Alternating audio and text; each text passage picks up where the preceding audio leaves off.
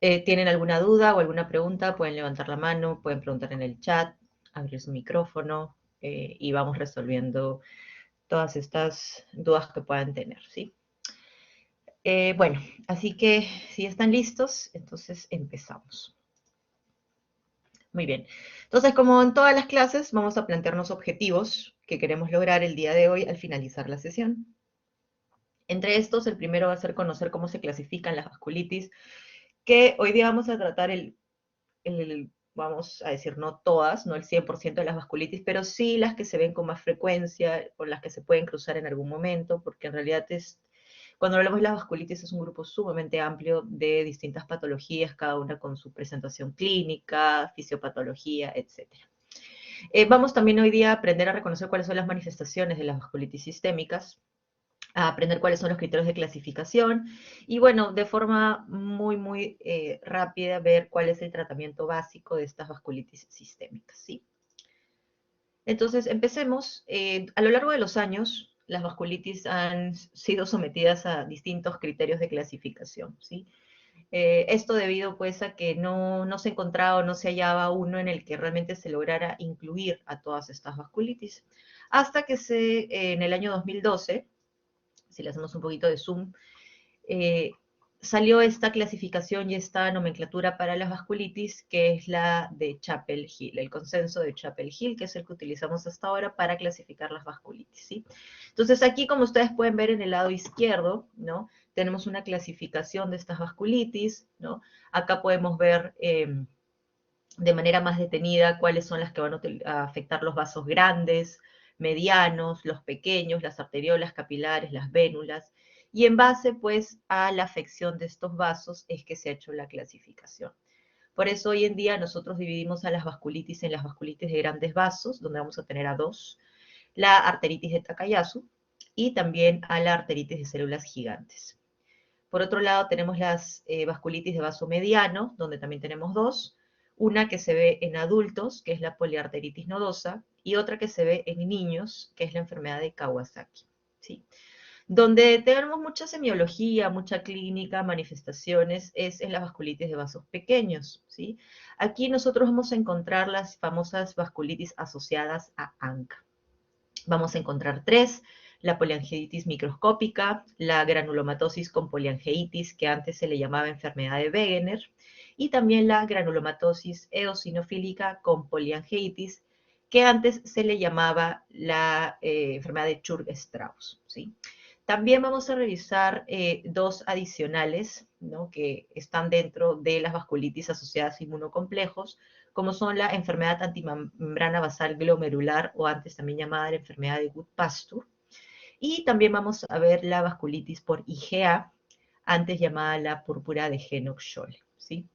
Esas son las que vamos a ver principalmente hoy. Como ven, hay muchas otras, el síndrome de Koga, la enfermedad de Behçet, que son más raras, así que nos vamos a enfocar en las más frecuentes y en las que se pueden algún día cruzar con algún paciente, ¿sí? Lo primero que me gustaría que recordáramos sobre las vasculitis sistémicas, ¿sí?, es que son enfermedades estas que tienen como principal o como síntoma inicial los síntomas generales, síntomas constitucionales, ¿sí? Estos síntomas nos hacen a nosotros sospechar de una vasculitis, ¿sí? Por ejemplo, si es una persona que tiene historia de fiebre, de malestar, fatiga, baja de peso, dolores musculéticos generalizados, entonces hay que prestar especial atención, porque los síntomas constitucionales, estos síntomas generales, no solamente se pueden presentar al inicio para el diagnóstico, sino que también muchas veces las personas que tienen ya el diagnóstico de vasculitis, una forma como nosotros podemos, de alguna manera, predecir una recaída, es cuando nuevamente comienzan a aparecer o se exacerban estos síntomas constitucionales, ¿no? Una persona que se le hizo el diagnóstico de vasculitis y al inicio hacía fiebre, malestar, bajó de peso, se le hizo el diagnóstico, se le trató, estaba yendo muy bien, y luego en una consulta viene y te dice: doctor, doctora, otra vez estoy con fiebre, otra vez estoy con malestar. Entonces eso a nosotros nos puede orientar hacia que la vasculitis nuevamente se está reactivando. Otra de las manifestaciones que nosotros vamos a ver en piel, una muy frecuente, es la púrpura palpable. De hecho, ayer una colega me estaba haciendo la consulta por un familiar porque le había salido púrpura palpable. Entonces, evidentemente, esto estaba, pues se le preguntó, síntoma general, si tenía fiebre, me dijo que tenía fiebre, que estaba con malestar general, con fatiga. Entonces, ya vamos ahí uniendo cabos, ¿no? Síntomas generales, algunas manifestaciones en piel, pues hay que buscar una vasculitis sistémica, ¿sí? También van a haber otras manifestaciones, sobre todo a nivel de oído, nariz y garganta, que es el compromiso ENT.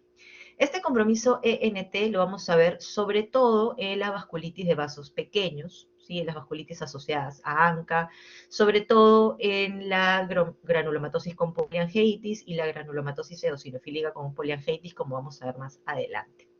Las manifestaciones en oído, nariz y garganta pueden ir desde un sangrado nasal, secreción mucopurulenta o sanguinolenta, cuadros crónicos de sinusitis, sordera de conducción o sensorial, la famosa nariz sencilla de montar, el estridor o esa voz ronca o esta voz disfónica, también pueden ser manifestaciones de las vasculitis sistémicas, ¿no? A nivel pulmonar también podemos ver manifestaciones en las vasculitis. Puede ir desde una persona que tiene, no sé, la historia de asma, de alergias, que tiene siempre una tos crónica, o que presenta sibilantes, o por ahí nos viene con un cuadro de disnea, de hemoptisis, entonces también esto nos puede hacer sospechar, ¿no? También en otros órganos y sistemas, como el sistema nervioso, se nos pueden presentar pacientes con mononeuritis múltiple o con polineuropatías. A nivel renal vamos a ver, podemos encontrar pacientes con hematuria, glomerular, también con proteinuria, ¿no? A nivel ocular podemos ver cuadros de uveitis, dolor ocular o enrojecimiento de los ojos, ¿no? Entonces, como ven, pues son bastantes síntomas que nos van a nosotros a orientar y nos pueden hacer pensar que estamos frente a una paciente con vasculitis. Ahora vamos a ver cómo sabemos o cómo podríamos diferenciar, ¿no? Es una vasculitis de vasos grandes, de vasos medianos, de vasos pequeños, y cada uno de estos grupos tiene manifestaciones clínicas muy propias o, vamos a decir, muy características, ¿sí? Así que vamos a empezar con la vasculitis de vasos grandes. Como les mencioné, acá vamos a tener a dos, que son la arteritis de células gigantes y la arteritis de Takayasu, ¿sí? Entonces, la arteritis de células gigantes, sí, vamos a ver que, como sucede en todas estas vasculitis, no hay una causa, no hay una etiología, hay múltiples factores en el ambiente, ambientales, genéticos, tóxicos, etcétera, tal como sucedía en artritis, tal como sucedía en lupus. Bueno, van a haber una serie de desencadenantes, no sabemos exactamente cuál, pero sabemos que en conjunto van a haber una serie de desencadenantes que van a conllevar a un daño vascular, ¿sí? Esta enfermedad, que es la arteritis de células gigantes, generalmente se ve más en población europea. Aquí en nuestro país nosotros no tenemos muchos casos de arteritis de células gigantes, son realmente contaditos con los dedos. Pero si nosotros nos vamos un poquito hacia el sur, y vamos hasta Argentina, por ejemplo, donde hay mucha descendencia europea, sí se ve con mayor frecuencia esta arteritis de células gigantes, ¿no? Generalmente es una patología que se ve en población un poquito más adulta, por encima de los 50 años, y vamos a ver que acá las mujeres son las más afectadas, ¿sí? ¿Por qué se va a generar esta arteritis de células gigantes? Bueno, va a haber un daño vascular y lo que va a suceder es una respuesta inadecuada ante este daño. Va a haber una injuria a nivel del vaso sanguíneo y en el proceso, digamos, de reparación, de recuperación, va a ser una respuesta errada, inadecuada, y esto va a generar la liberación de sustancias proinflamatorias como son las citoquinas. Esto a su vez va a generar la atracción de células inflamatorias como son los macrófagos, las células multinucleadas, y va a llevar a una activación de los linfocitos T.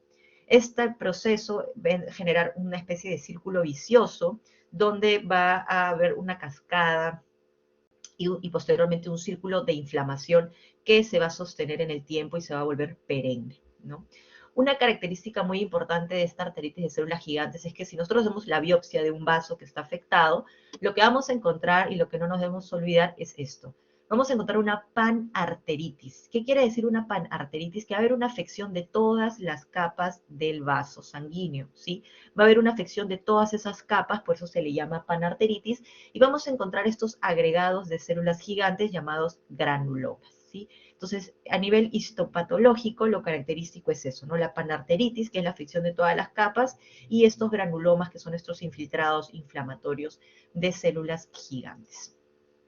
¿Y cómo se presenta? Digamos, ¿cuál es el cuadro clínico? Si bien no vemos nosotros mucho arteritis de células gigantes aquí en nuestro país, ¿cómo es el cuadro clínico de una paciente con este diagnóstico? Y para eso el día de hoy les traigo a una paciente que se llama Almudena. ¿Sí? Almudena tiene 65 años y desde hace 3 meses miren lo que nos cuentan. Nos dice que tiene dolor de cabeza, que ha tenido una pérdida de la visión de un solo lado, ¿sí? Pero sin dolor, ¿sí? Sin dolor, fue indolor esta pérdida de la visión. Y también ha notado que cada vez que ella come y que mastica, comienza a tener un dolor a nivel de la mandíbula que la hace detenerse.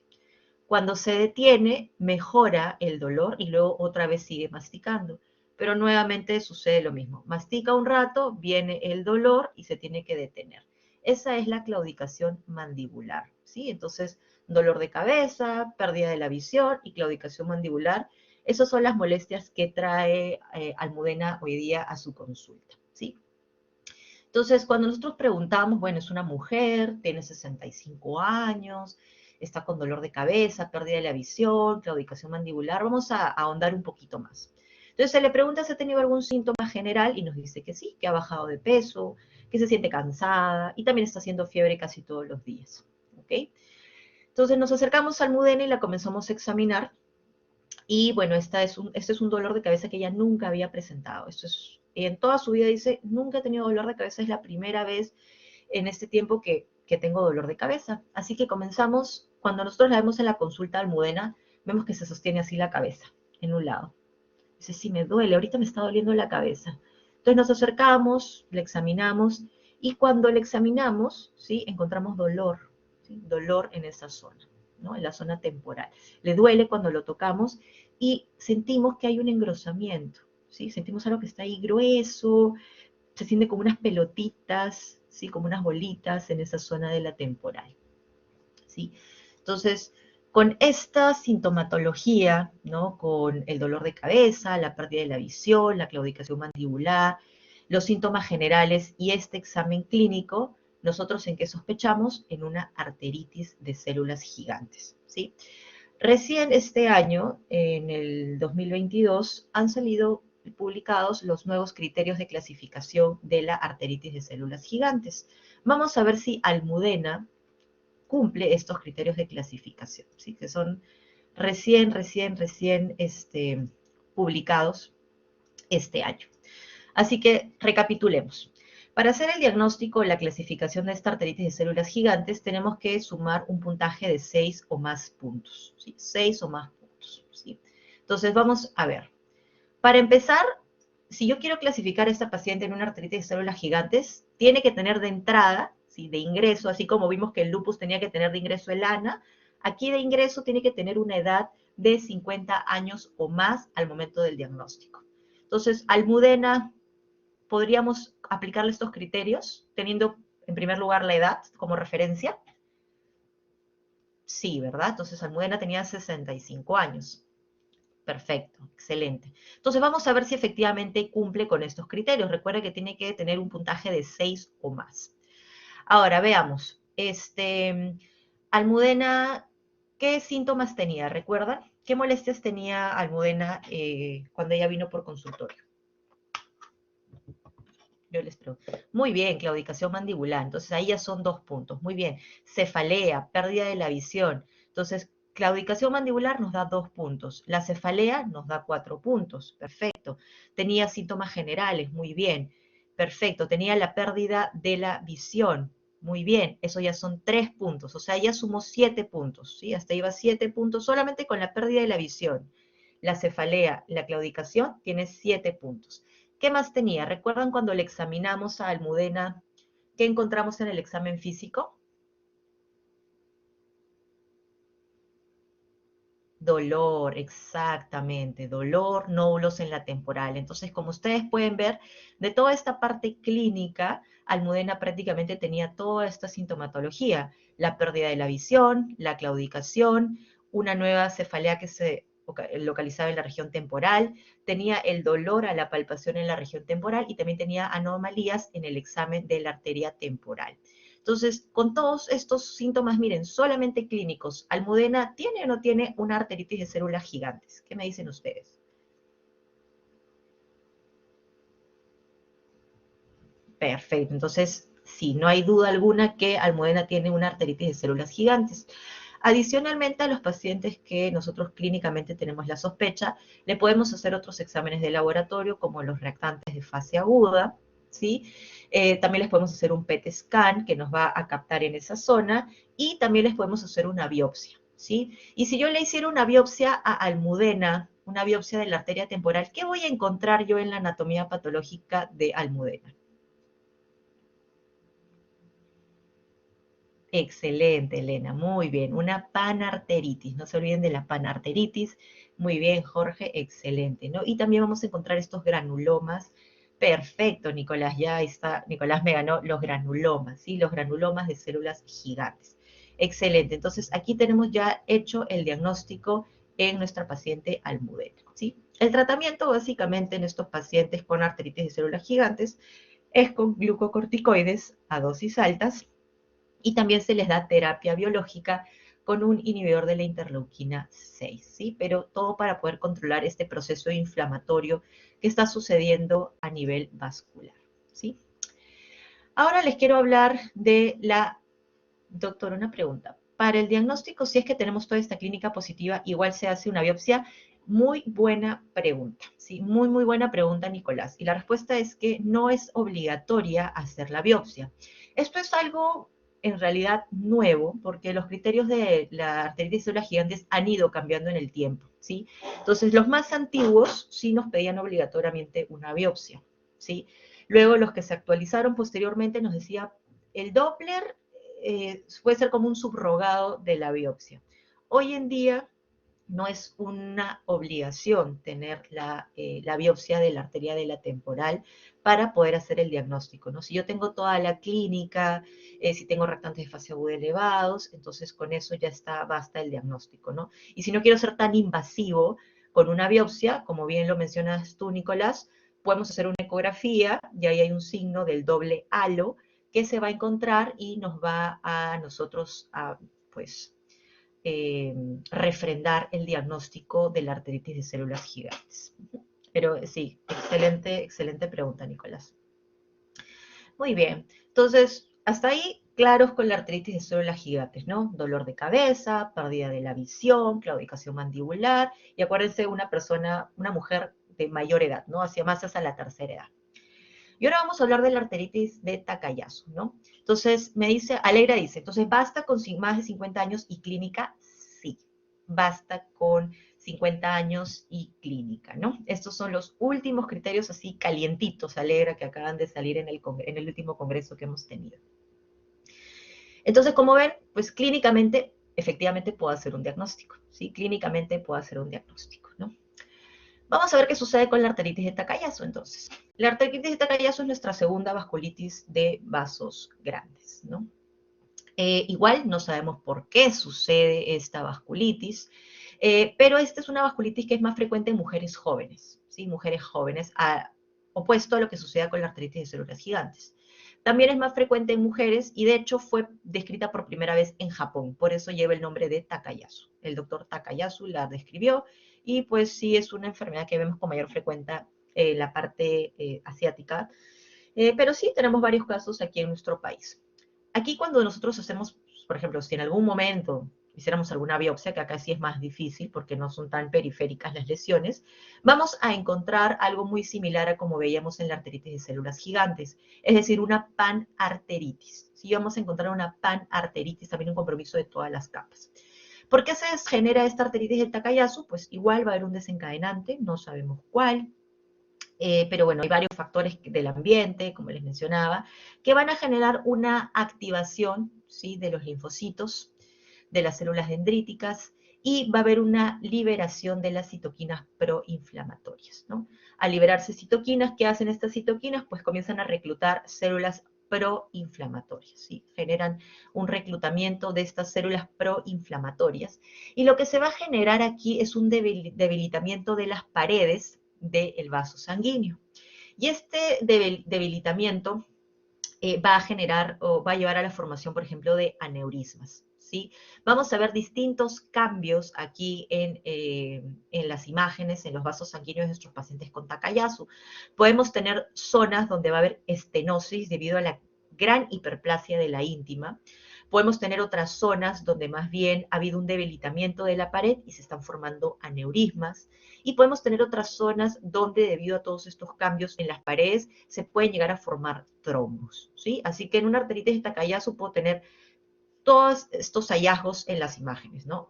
Aneurismas, zonas de estenosis y también formación de trombos, como les voy a mostrar ahora. ¿Cómo es la clínica de una paciente con arteritis de Takayasu? Y para esto les traigo a una mujer que se llama Ofelia. Ofelia tiene 1 año de enfermedad, ¿no? Y dice que desde hace 1 año tiene baja de peso, presenta fiebre esporádicamente, ¿no? Cuando le preguntamos un poquito más, nos dice que sí, ha tenido hiporexia, fatiga, o sea, una gran cantidad de síntomas generales, ¿no? Estos síntomas generales que predominan mucho en las vasculitis. Entonces, ya desde aquí, viendo que Ofelia tiene esta cantidad de síntomas generales, baja de peso, fiebre, fatiga, hiporexia, pérdida de apetito, todo esto, ustedes ya en este momento deben plantearse, ¿podré estar frente a una vasculitis? ¿No? Vamos a ver. Entonces llega a la consulta Ofelia, a su consulta, y les dice que además cuando está, no sé, se pone a limpiar en la casa, se pone a trabajar, o alza los brazos para sacar algo, ¿no?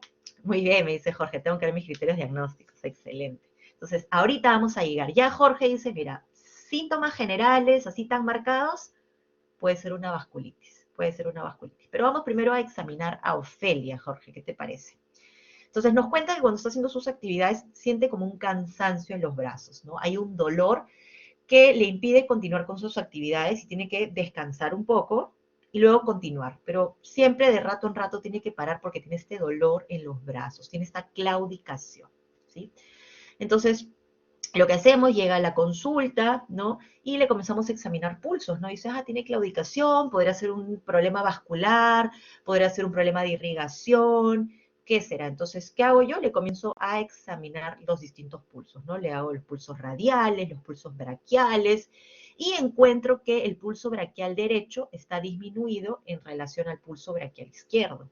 Y digo, ok, primer hallazgo en la historia clínica. Entonces dije, bueno, si está disminuido, le voy a tomar la presión. Le tomo la presión y en un lado Ofelia tenía 180-100 y en el otro lado tenía 140-90. Dice, uy, ¿por qué esta diferencial de pulsos? Un lado tengo 180-100 y en el otro tengo 140-90. Tengo más de 10 milímetros de mercurio de diferencia. Entonces, como bien dijo Jorge, vamos a aplicar nuestros criterios de clasificación. Pero antes de eso, como encontré esta diferencia de pulsos, le encontré el pulso, de presiones, le encontré el pulso braquial reducido, todo esto, entonces yo dije, le voy a hacer una angioresonancia, o puede ser una angiotomografía, ¿no? O una angiografía, cualquiera de estos exámenes para ver qué está sucediendo, dónde encuentro una obstrucción, ¿sí? Y aquí lo que vamos a ver, ¿no? Esta es la imagen de Ofelia, y vemos que tiene, miren donde están las flechitas azules señalando y donde yo también les estoy señalando, tiene aquí una irregularidad, si ustedes notan en la carótida. Tiene zonas donde está más delgadita la carótida, donde se hace más delgadita la carótida y otra vez vuelve a ampliarse, ¿no? Miren aquí donde está la otra flechita donde yo también les estoy señalando, no pasa adecuadamente el contraste, como si hubiera una obstrucción. Entonces, estoy viendo aquí varios cambios a nivel de subclavias. Miren, las subclavias tampoco hay un buen pasaje del contraste. ¿Y qué nos dice Yarim? Cuéntanos, Yarim. Doctora, un favor, ¿me podría decir en qué partes están las zonas, que son más delgaditas? Porque yo no las puedo distinguir. ¿O cómo haría para poder distinguirlas? Porque así a simple vista a mí me parecen normal. Un favor. Perfecto, muy, muy bien, Yarin. No, qué bueno que lo mencionas. Entonces, vamos a hacerle bastante más zoom acá. Ok, vamos a hacerle bastante más zoom. Y quiero que noten aquí, vamos a poner ok. Entonces, miren aquí esta partecita, viene por acá la arteria y se mete un poquitito y luego otra vez vuelve a salir, ¿sí? Esta es una disminución en el calibre. Lo mismo para el otro lado. Son cambios un poquito, digamos, sutiles, ¿no? Que hay que tener mucho ojo para poder verlos y, bueno, repetición. Pero aquí nos permite ver esos cambios, ¿no? Donde podemos ver más cambios, digamos, llamativos, Karim, es mira este lado, mira la subclavia de este lado que les estoy señalando. El pase del contraste es mucho menor al pase del contraste que estoy viendo del otro lado, ¿no? Entonces, esto también me dice que acá hay una obstrucción, una estenosis. Es más, si ustedes ven aquí, justo aquí, no hay pase de contraste prácticamente, ¿no? Casi apenas logramos ver el vasito un poquito, pero apenitas. Entonces, acá la cantidad de contraste, si tú ves acá, está más brilloso, ¿no? Se ve más opaco que al otro lado. Entonces, todo eso nos está demostrando que hay obstrucciones, que hay estenosis. No sé si ahora lo lograste ver un poquito mejor, Karim. Cuéntame. Sí, doctora, muchas gracias. No, a ti por la pregunta, maravilloso. Entonces, vemos, ya tenemos toda la clínica de Ofelia y ahora encima tenemos las imágenes que nos confirman que efectivamente están afectadas las carótidas, está afectada la subclavia. Entonces, ahora sí vamos con lo que dijo Jorge. Vamos a aplicar nuestros criterios de diagnóstico. Y aquí, a diferencia, ¿sí? A diferencia de como sucedía en la arteritis de células gigantes, miren lo que nos piden de entrada. Edad menor o igual a 60 años. Ofelia, ¿cuántos años tenía? ¿Se acuerdan? ¿Cuántos años tenía Ofelia? 30, muy bien. Entonces, perfecto. Por ahí vamos bien. Entonces, primer criterio o primer requisito cumplido. Segundo requisito, que haya evidencia de vasculitis en la imagen. Acá vamos a ver la angioresonancia, donde vemos estas estenosis, estas disminuciones del calibre. Entonces, ¿tenemos o no la evidencia en imágenes en Ofelia? Perfecto, sí tenemos ahí la evidencia. Entonces, vamos a ver qué más siguen nuestros criterios de clasificación. Aquí tenemos que alcanzar 5 puntos o más para clasificar a nuestros pacientes como arteritis de Takayasu. Entonces, empecemos por el primero, sexo femenino. Ya, ahí tiene un punto Ofelia. Ya, empezando por sexo femenino, tiene un punto. ¿Qué más tenía Ofelia? ¿Qué otros síntomas tenía Ofelia? Cuéntenme. ¿Qué otras molestias tenía? ¿Qué pasaba cuando Ofelia se ponía a limpiar en la casa o a trabajar? ¿Qué pasaba con eso? Exacto, claudicación. Entonces, claudicación ya nos da 3 puntos. Muy bien, perfecto. Ahora, cuando le examinamos, ¿sí? ¿Qué pasaba con esos pulsos? ¿Estaban bien, simétricos? ¿Qué pasaba con esos pulsos? Disminución, claro, eran asimétricos. Tenemos una reducción de uno de los pulsos de los miembros superiores. Entonces, ahí ya tenemos 5 puntos, ¿sí? 5 puntos. Y acuérdense que también le tomamos la presión a Ofelia. En un brazo tenía 180 y en el otro tenía 140, ¿sí? Entonces también tenía una diferencia de la presión sistólica de más de 20 milímetros de mercurio. Entonces, con este compromiso, ¿qué dicen ustedes? ¿Tiene arteritis de Takayasu Ofelia o no tiene arteritis de Takayasu? Sí, ¿verdad? Entonces ahí tenemos como que los dos mundos de estas vasculitis de vasos grandes, ¿sí? Y a diferencia, ¿no? A diferencia de lo que sucedía en la arteritis de células gigantes alegra, aquí sí nos piden que haya un diagnóstico imagenológico al inicio de ingreso. Sí, Elena, muy, muy buena pregunta también lo que menciona Elena. ¿Sí o sí necesitamos imágenes? Sí, sí, ¿no? Y Alegra me dice muy bien, junto con la edad. Sí, Elena, acá las imágenes, sobre todo en la arteritis de Takayasu, son muy, muy importantes, ¿sí? Son muy importantes para ver cuál es la afección o la extensión, ¿sí?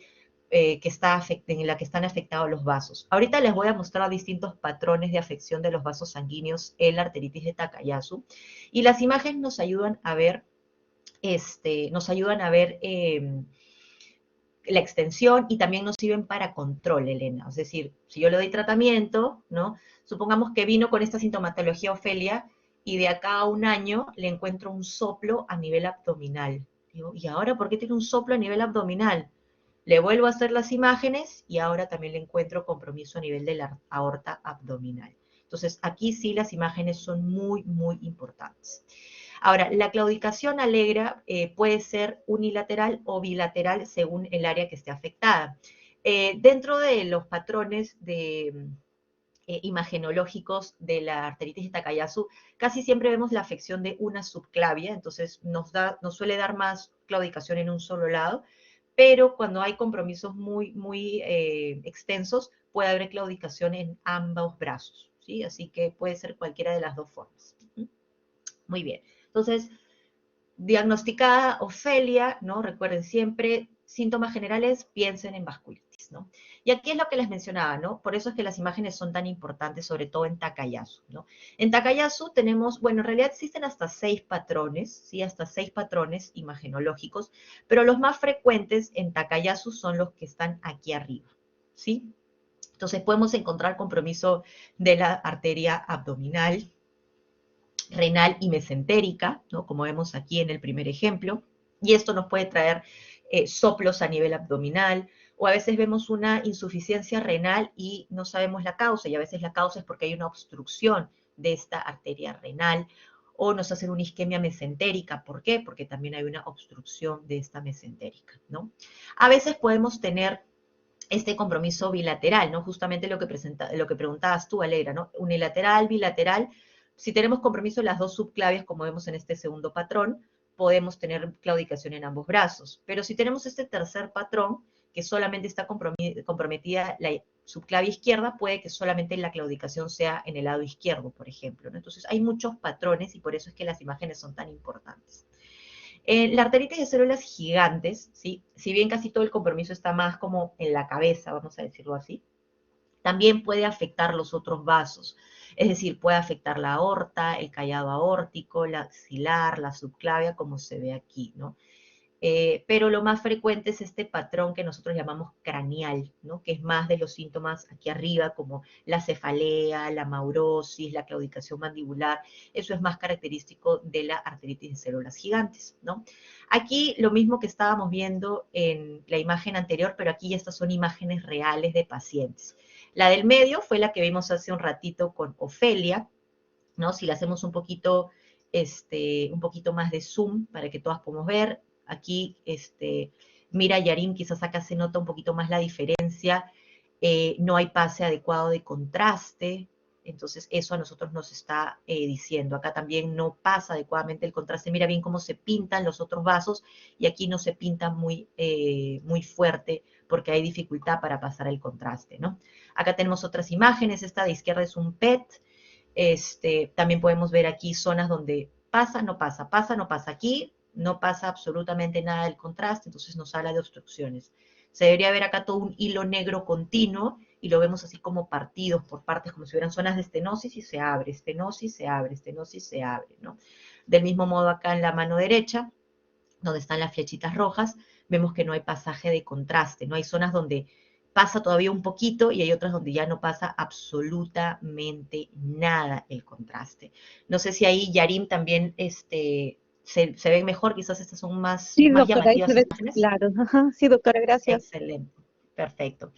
Nicolás me pregunta, ¿se usa mucho la angiotomo o más la angiografía? Bueno, mira, la angiografía ya no se usa mucho porque se utiliza mucho contraste en la angiografía. Hay que meter mucho contraste y eso puede generarnos también problemas a nivel renal. Como alternativas, hoy en día se utiliza mucho la angioresonancia, la angiotomografía, o también utilizamos el PET scan, ¿sí? Porque pues, la angiografía, el problema es que implica pues más logística y también mucha más cantidad de contraste. Entonces el riñón a veces puede tener un daño colateral en el riñón con la angiografía, entonces tenemos otras alternativas que son un poquito más seguras, ¿no? Más seguras. Excelente, gracias chicos por sus preguntas. El tratamiento muy parecido, igual se utilizan glucocorticoides a dosis altas y también se utiliza terapia biológica utilizando inhibidores del factor de necrosis tumoral también para poder bajar este cuadro inflamatorio, ¿sí? Ahora, algunas cosas o algunas características son sí o sí las dos fases. ¿A qué te refieres, Jorge? Cuéntame. Dos fases de... Sí, doctora, buenas noches. En este Hola. caso me refería si es que se iban a utilizar los glucocorticoides y luego la terapia, pues, con grupos modificados. Ah, ok, Eh, ok. Muy buena pregunta. Con la terapia biológica te refieres. Muy bien. Entonces, sí, claro. los Si solamente se utilizaba una o ambas o solo la segunda. Perfecto. Entonces, se utilizan los dos. En general, para todas estas enfermedades autoinmunes que nosotros vemos, los corticoides son como una terapia puente. Los corticoides son los que nos ayudan a apagar el incendio, ¿sí? Imagínate un incendio en una casa, se incendia, entonces los bomberos que llegan con las mangueras para apagarlo, ese es el corticoide. Pero siempre después de un incendio quedan las cenizas, ¿sí? Y esas cenizas pueden volver a prender fuego. Entonces, ¿quién va a actuar sobre esas cenizas? Son los fármacos modificadores de la enfermedad, ¿sí? Por eso es que se utilizan los dos. Los corticoides al momento como para calmar la situación, y luego los vamos retirando poco a poco, ¿sí? Pero al momento de retirarlos, alguien se tiene que quedar atrás, calmando esas cenizas. Y esos son los fármacos modificadores de la enfermedad. Entonces, sí o sí utilizamos los dos, Jorge. Los dos tenemos que utilizarlos. Elena me pregunta, la arteritis de células gigantes, hoy en día el tratamiento es tocilizumab, que es un inhibidor de la interleuquina 6. Ese es el que está en las últimas guías de tratamiento. Y acompañado de corticoides. Y en el Takayasu más bien se utilizan más los anti-TNFs, Elena. Gracias. Muy bien, entonces ya hemos visto pues que la artritis de células gigantes, entonces es más de mujeres un poquito más adultas, ¿no? Después de los 50 años, y que la gran mayoría de manifestaciones va a estar aquí, en la cabeza, aquí arriba. Claudicación mandibular, amaurosis, cefaleas, ¿no? Todo esto. Mientras que más bien la arteritis de Takayasu es también más frecuente en mujeres, pero mujeres más jóvenes. Y vamos a encontrar más manifestaciones del cuello para abajo, ¿no? Del cuello para abajo, ¿no? Podemos encontrar soplos carotidios, la diferencia de presiones, pulsos reducidos. Entonces, más o menos esa es la característica y las diferencias más importantes, ¿no? La edad es lo que va a marcar sobre todo acá la diferencia, ¿no? Si tengo estos síntomas, ¿no? Como hemos visto, claudicación, dolor de cabeza, y es una mujer de 65, 70 años, ¿en qué van a pensar ustedes? Claudicación, cefalea, mujer de 65 años. ¿Qué vasculitis van a pensar ustedes? Células gigantes, muy bien. Y si yo les digo más bien, claudicación de brazos, diferencia de presión, una mujer de 30 años, ¿en qué vasculitis van a pensar ustedes? Exactamente, Takayasu, perfecto. Entonces, la edad que es un punto de corte muy, muy importante. ¿Qué otras manifestaciones son las que nosotros vamos a ver? Como van a ver, hay muchas, ¿no? En la arteritis de células gigantes, la más importante, la que no deben dejar pasar y por eso nos da una alta sospecha, es estos cambios en la visión como la amaurosis fugaz o esta pérdida súbita de la visión indolora o la diplopia. Esto es muy, muy típico y característico de la arteritis de células gigantes. Mientras que en la arteritis de Takayasu, lo que más predomina o el síntoma que se encuentra con mayor frecuencia en estos pacientes es la claudicación de los brazos, ¿sí? Entonces, ojo, arteritis de célula gigante, brazos, arteritis de Takayasu, ¿sí? Además, otras diferencias que nosotros podemos encontrar, como pasaba en Ofelia, ¿no? Podemos encontrar pacientes con hipertensión, Ofelia tenía como 180, 100 de presión, y en la arteritis de células gigantes, en la zona temporal, como vimos en Almudena, un dolor a la palpación, podemos encontrar este aspecto nodular de la arteria temporal o como endurecida, ¿no? Esto es más típico y más característico. Y un hallazgo que comparten ambas vasculitis de células gigantes es a nivel histopatológico, donde vamos a encontrar, ¿qué vamos a encontrar en la patología en estas dos? ¿Qué cambio vamos a encontrar en el vaso? ¿Qué me dicen ustedes? Exacto, Elena, la panarteritis. Los granulomas también, como bien dice Nicolás. Perfecto. Entonces, hasta aquí, ¿alguna duda en esta vasculitis de vasos grandes o seguimos avanzando con la de vasos medianos? Oh, claro, perfecto. Muy bien, chicos. Entonces, ya sabemos diagnosticar estas dos vasculitis que son las de vasos grandes. Ahora vamos con las de vasos medianos y acá tenemos a dos. Acá es más sencillo porque una es en adultos y la otra es en niños. Entonces vamos a empezar con esta vasculitis de vasos medianos que se presenta en niños, que es la enfermedad de Kawasaki o también llamado síndrome mucocutáneo linfonodular. ¿Sí? Entonces, esta es una vasculitis que tiene una característica muy particular y es la razón por la cual tenemos que diagnosticarla rápidamente. Y es que esto es una vasculitis a la que le gustan mucho las coronarias. Le encanta afectar las coronarias. Se va así rápidamente a la coronaria, a hacer problemas a ese nivel. Esta es una vasculitis que se presenta en niños, generalmente por debajo de los 5 años, ¿sí? Tiene una leve predominancia en hombres y casi siempre se presenta después de que hubo algún cuadro infeccioso, ¿sí? Estuvo con diarrea, estuvo con gripe, tos, estornudos, y casi siempre el Kawasaki viene después de eso. El desencadenante es este agente infeccioso. Entonces, este agente infeccioso que va a generar que se comiencen a activar células inflamatorias, que se liberen citoquinas proinflamatorias y que estas a su vez vayan a atraer otras células inflamatorias, ¿sí? Y estas se van a depositar en el vaso sanguíneo. Y como ya les mencioné, tiene así un hambre, unas ganas por las arterias coronarias, entonces ahí es donde vamos a ver el daño en el Kawasaki. ¿Qué va a suceder a nivel de estas, de las coronarias? ¿Sí? Puede generarse una necrosis a nivel arterial, una arteritis necrotizante. También se pueden debilitar las paredes, ¿sí?, del vaso sanguíneo y formarse aneurismas, ¿sí? También se pueden formar trombos al interior de las coronarias e incluso también se pueden romper estas paredes que se han debilitado del vaso sanguíneo y generarse un sangrado.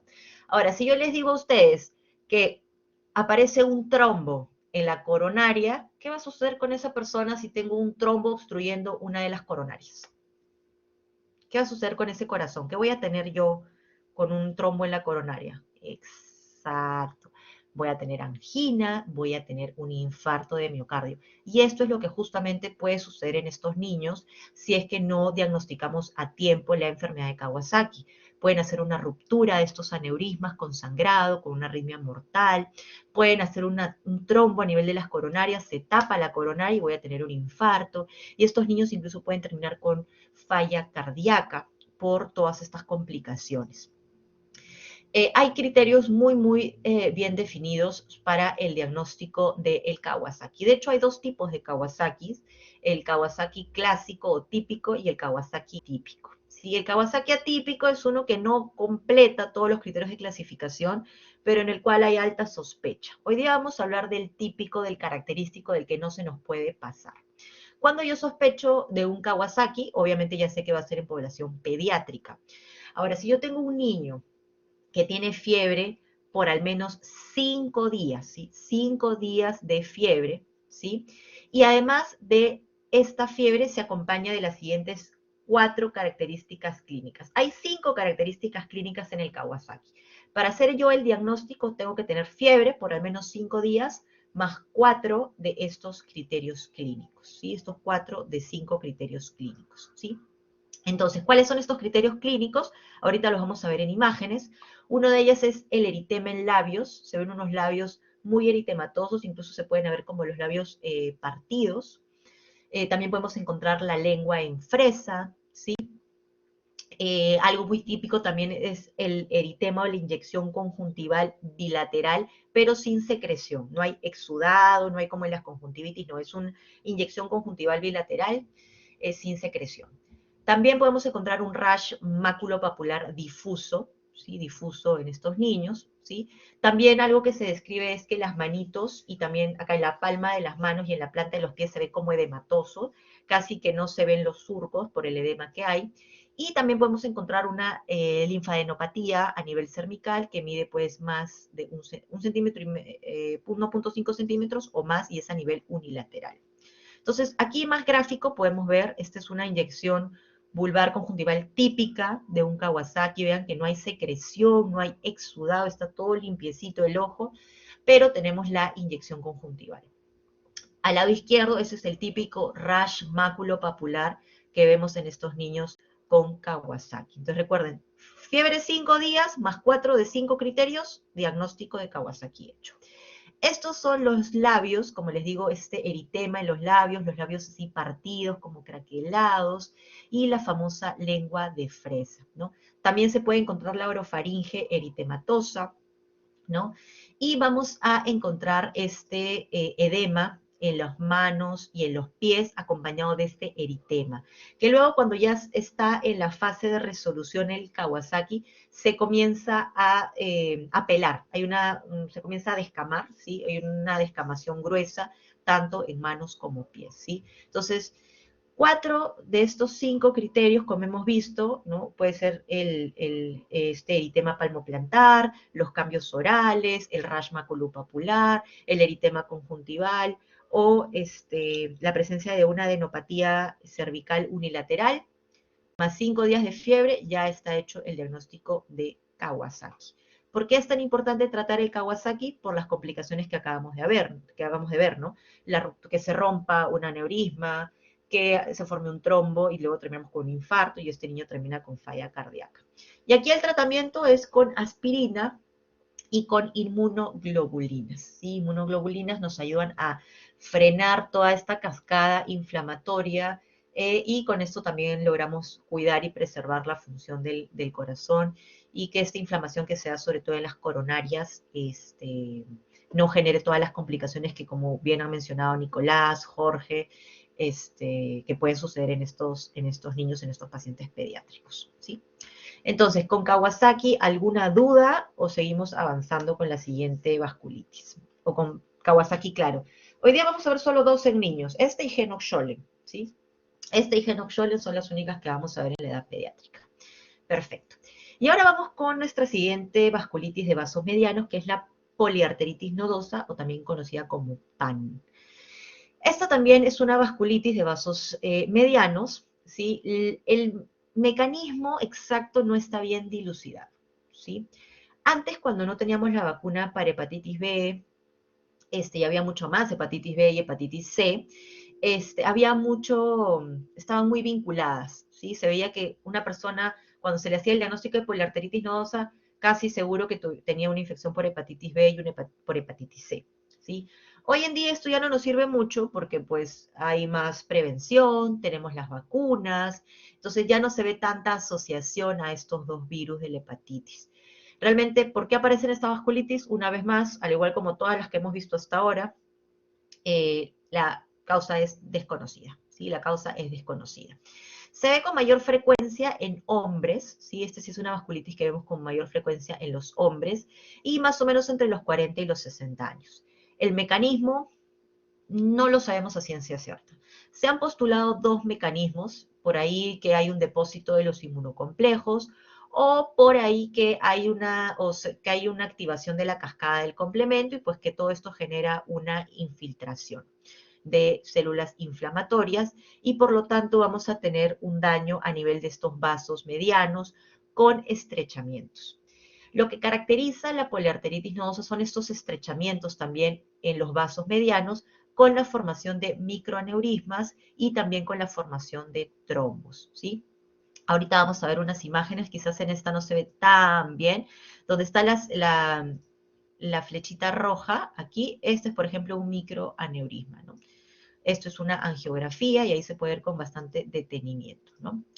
Ahora, las manifestaciones clínicas, al igual como con todas las vasculitis, vamos a tener síntomas generales, fiebres, mialgias, baja de peso, y de todos los órganos que se pueden ver afectados, ¿sí? Porque donde hay un vaso mediano, ahí puede afectar la vasculitis. Los que vemos con mayor frecuencia son los síntomas neurológicos. En esta vasculitis lo que más vamos a ver son síntomas neurológicos, ¿no? Vamos a ver neuropatías periféricas o las mononeuritis múltiples, ¿sí? Esto es de lo más común.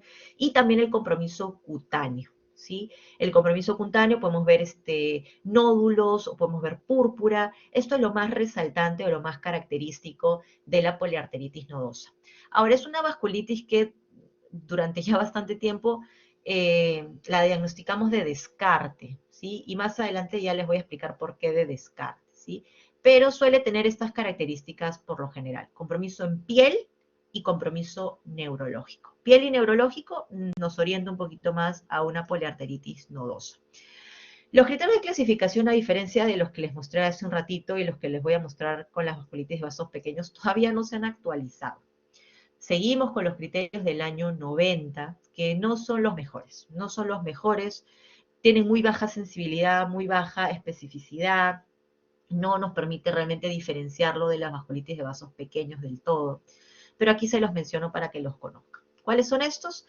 Pues la pérdida de peso de 4 kilos o más, las mialgias, la presencia de este compromiso neurológico, que puede ser una mononeuropatía o una polineuropatía, elevación de la creatinina. Bueno, ya les mencioné que la presencia de un antígeno de superficie positivo para hepatitis B también nos puede un poquito orientar. Hoy en día ya no tanto por la vacuna, pero todavía forma parte de los criterios. Y el más importante en realidad, el que más nos ayuda va a ser la biopsia, ¿no? Si yo tengo, ¿no?, evidencia que hay un infiltrado, hay cambios histológicos con granulocitos y células inflamatorias en la pared de un vaso mediano, ya está el diagnóstico, ¿no? Vaso mediano que está afectado, por ejemplo, vamos a ver ahorita un casito clínico. Solo en la capa media, sí, solamente en la capa media van a estar estos cambios. Exactamente, Jorge.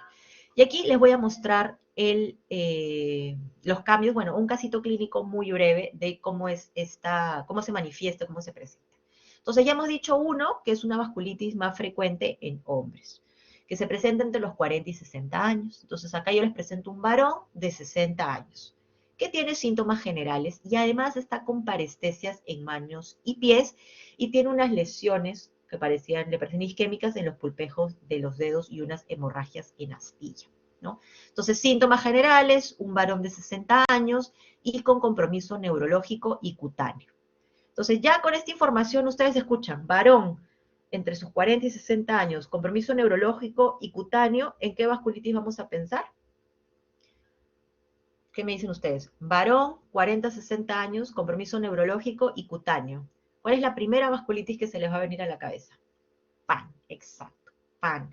Entonces, en este paciente que tiene el compromiso neurológico, se le hace una biopsia y en la biopsia, en el vaso mediano, se ve este infiltrado inflamatorio. ¿Sí? Se ve este infiltrado inflamatorio en un vaso mediano. Si el compromiso está en el vaso mediano, ya con eso, Nicolás, confirmamos el diagnóstico, ¿no? Ahora, si nosotros le hacemos una angiografía, muy bien, Jorge dice, si puedo repetir, se te fue el internet, no te preocupes. Entonces, para recapitular, si nosotros tenemos un paciente, hombre, entre 40 y 60 años, con compromiso neurológico y cutáneo, lo primero que nosotros debemos pensar es en PAN, ¿sí? Nosotros primero pensamos en PAN. ¿Y cómo nosotros nos cercioramos de que es una PAN? Hacemos una biopsia. Entonces, un nervio que es muy periférico, ¿no?, y que nos ayuda mucho es el nervio sural, ¿sí? Ahí detrás del maleolo.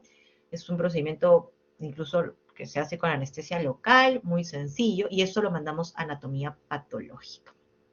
Y ahí, si el patólogo nos informa que hay un vaso de calibre mediano, ¿sí? Mediano, que tiene este infiltrado inflamatorio, ¿sí?, con los neutrófilos, linfocitos, etcétera, pero que tiene ya, ustedes ven, infiltrado inflamatorio en vaso mediano, ya con eso yo termino de asegurarme que mi diagnóstico es una poliarteritis nodosa. Ahora, cuando hacen la biopsia, ¿puede afectar más capas? Sí. Lo general es que afecte solamente la capa media, pero puede afectar más capas, ¿sí? Puede afectar la íntima, puede afectar otras capas, pero lo general es que afecte la capa media. No vamos a ver una panarteritis como si veíamos en Takayasu, Nicolás, o como en la arteritis de células gigantes, ¿no? No solemos ver ese compromiso de varias capas del vaso, ¿sí? Pero sí puede afectar más de una capa. Perfecto. Entonces, aquí nuevamente vemos, ¿no?, el infiltrado. Miren cómo está todo este infiltrado inflamatorio. ¿Me cuentas, Nicolás, si quedó clara esa parte? Miren todo este infiltrado inflamatorio, ¿no? Miren todo este infiltrado inflamatorio. Miren que también se pueden generar estas capilaritis a nivel pulmonar. Miren todo eso que ustedes ven como unos circulitos negros, ¿no? ¿sí? Esa es la capilaritis. Entonces, esta es, por ejemplo, una angiografía donde se puede ver perfectamente bien todo el compromiso en un vaso mediano. Y esto es una panarteritis nodosa ya prácticamente cantada, ¿no? Cantada con estos microneurismas, estas estenosis en un vaso mediano, ya está más que cantada, ¿sí? Pero no se olviden las características más importantes: compromiso cutáneo y neurológico. Y algo que ustedes van a encontrar en esta poliarteritis, porque dice, ya, ¿y por qué no es una vasculitis de vaso pequeño? Otra característica que tiene es que estas son ANCA negativo, ¿no? Cuando vimos la clasificación de Chapel-Hill, yo les mencioné que las vasculitis de vasos pequeños también se le llama vasculitis asociadas a ANCA. Esta de aquí, como es una vasculitis de vaso mediano, el ANCA va a ser negativo, ¿sí? Entonces, ese es otro datito adicional que yo les doy, que acá el ANCA, parámetro que nosotros pedimos, que su símil sería el ANA o el factor reumatoide, ya. El ANCA aquí es negativo, ¿sí? ANCA negativo. Entonces, acá tenemos un dato adicional. Varón, entre los 40 y 60 años, compromiso neurológico, cutáneo, ANCA negativo. Ya está el diagnóstico de una PAN. Si le hacemos la biopsia, un vaso mediano con infiltrado inflamatorio, ya, sumamente confirmado el diagnóstico de una poliarteritis nodosa, ¿sí? Esto es lo más típico y lo más representativo. Y el tratamiento es con corticoides, y si en caso el paciente tuviera positivo un anticuerpo de superficie para hepatitis, pues también hay que tratar la hepatitis. ¿Sí? También hay que tratar la hepatitis, sino aquí el tratamiento es básicamente con corticoides. Muy bien. Entonces, con vasos medianos, ¿alguna duda con sobre todo poliarteritis nodosa, que quizás puede ser la más abstracta? ¿O todo claro con poliarteritis nodosa? Si no, yo les repregunto a ustedes, ¿qué características tiene una poliarteritis nodosa? ¿Qué características clínicas y de laboratorio? ANCA negativo, excelente, 40, 60 años, muy bien chicos, ¿qué más? ¿Qué más? Varones, perfecto. Piel neurológico, perfecto, muy bien. ¿Qué más? ¿Qué más?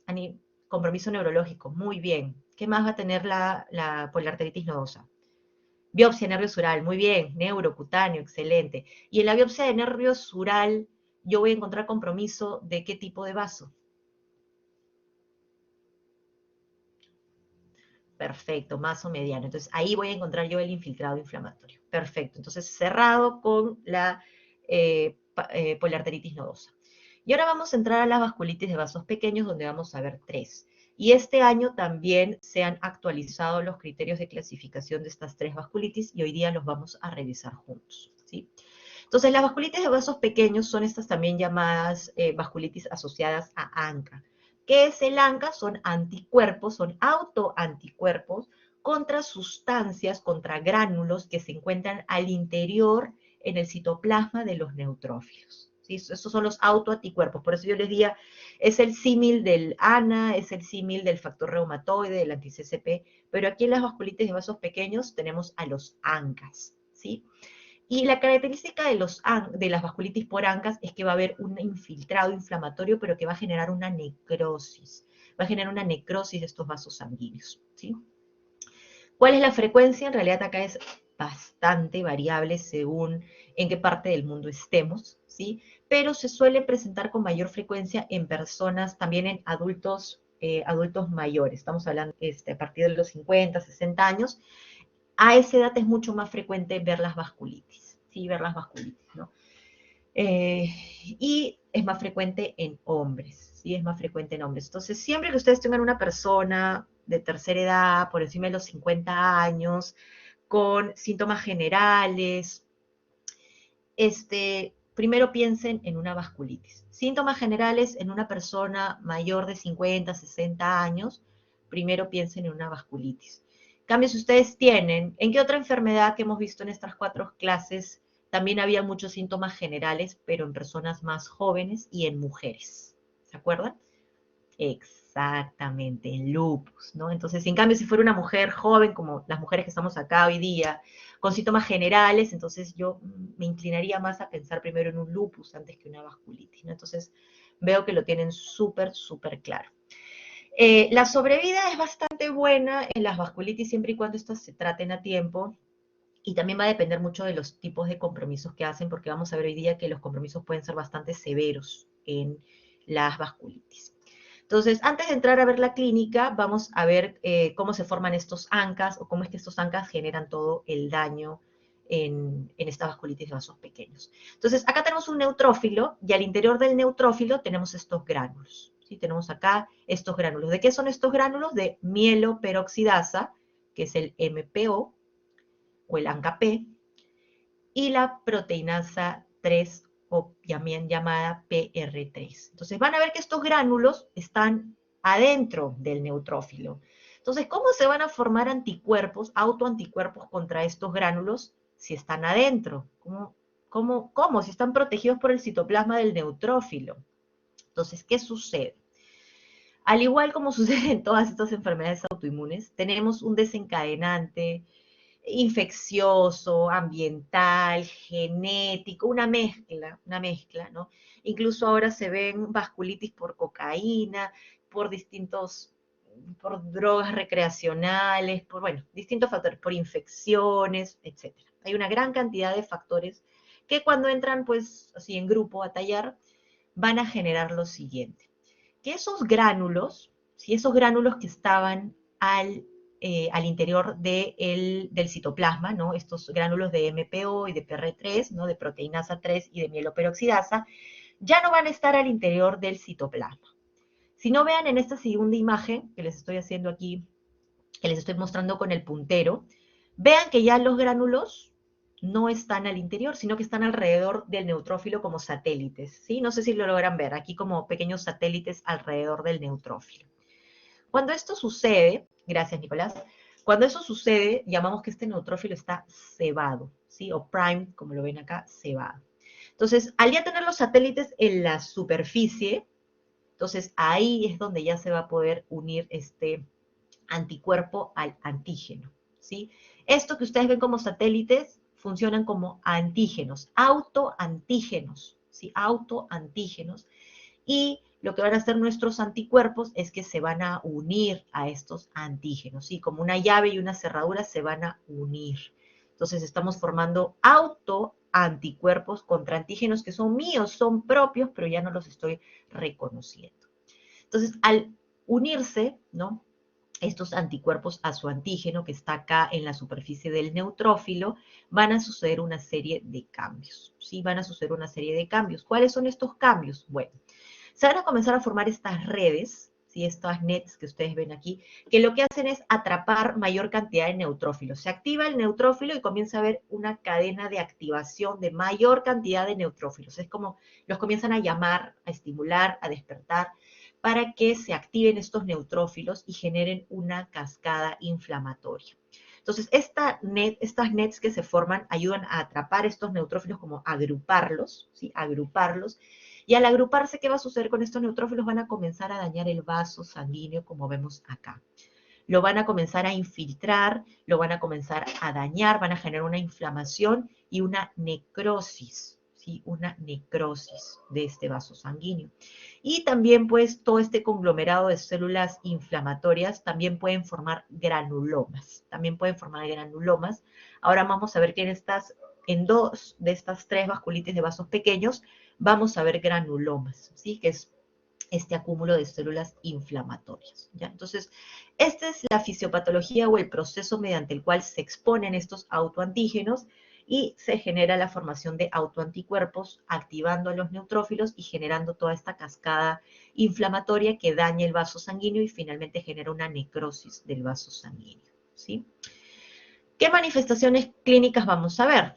Entonces, acá también hay una gran cantidad de manifestaciones clínicas, pero antes de seguir avanzando, quiero que me cuenten si quedó claro qué son los ANCAs, de dónde aparecen, en qué parte están en el universo estos ANCAs, o si hay necesidad de, una vez más, repetirlo. Claro, me dice Jorge, Nicolás también, excelente. Elizabeth, muy bien, perfecto. Entonces, seguimos avanzando. Las manifestaciones clínicas en nuestros pacientes con vasculitis de vasos pequeños también pueden ser muy amplias. A nivel de piel podemos ver púrpura palpable, Vamos a ver compromiso, como les mencionaba al inicio, mucho compromiso otorrinolaringológico, esta famosa nariz sencilla de montar, ¿no? También podemos ver perforaciones del septum nasal, podemos ver estos cuadros de sinusitis crónica, ¿no? Cuéntame, Jorge. Una consulta, en el caso de la nariz sencilla de montar es como en el caso de los pacientes con sífilis congénita, que nacen así o que se genera el puente nasal.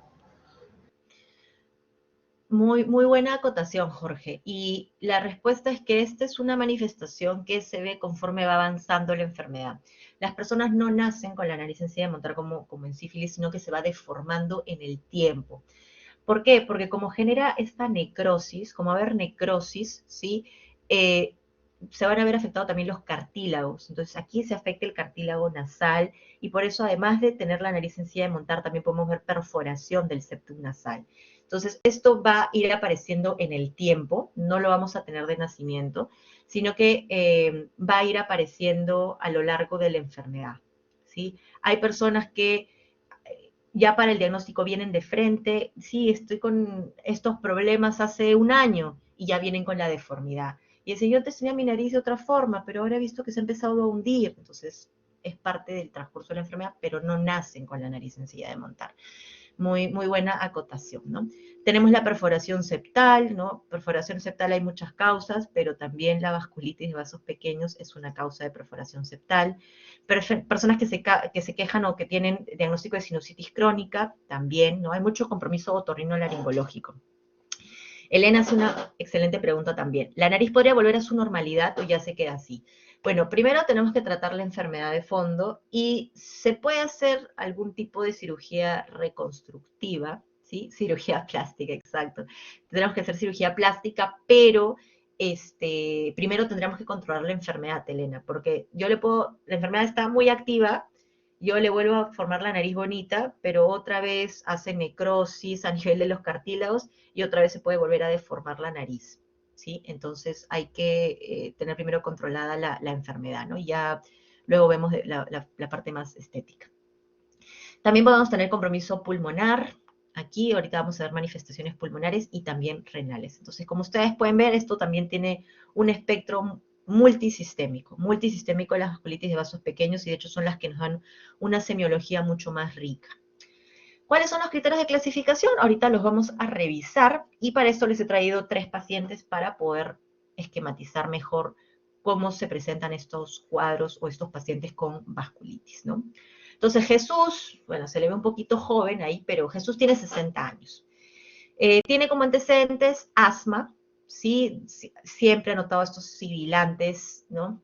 Que presenta y como pueden ver, ¿no? Tiene una rinitis, aparentemente una rinitis alérgica, ¿no? Que lo acompaña desde hace muchos años. Y él dice que todo el tiempo siente como si estuviera obstruida la nariz, ¿sí? Como si todo el tiempo estuviera obstruida la nariz, que tiene dificultad para que pase el aire por uno de los lados, ¿no? Entonces viene con esta sintomatología, una historia como muy de un paciente atópico, ¿no? Asma, rinitis, que tiene esa sensación de que está tapada la nariz todo el tiempo, ¿no? Entonces ya en consulta Jesús, como nos decía, no, pero yo siento que acá no me pasa el aire.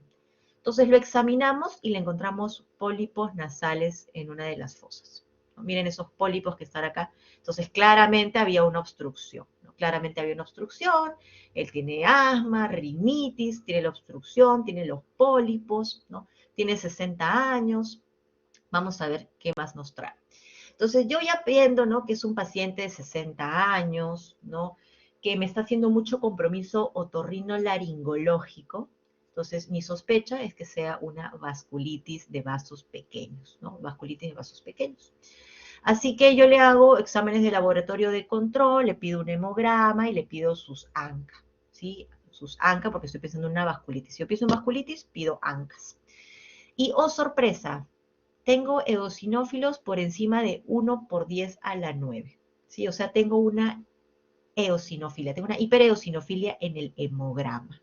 ¿Sí? Entonces, hasta ahí que tengo un paciente con muchas características atópicas, rinitis, asma, obstrucción a nivel nasal, pólipos, hipereosinofilia, y además un ANCA MPO. Entonces, Jorge ya está experto y nos dice, esto es una vasculitis asociada a ANCA. ¿Qué dice el resto? ¿Esto es una vasculitis asociada a ANCA o no?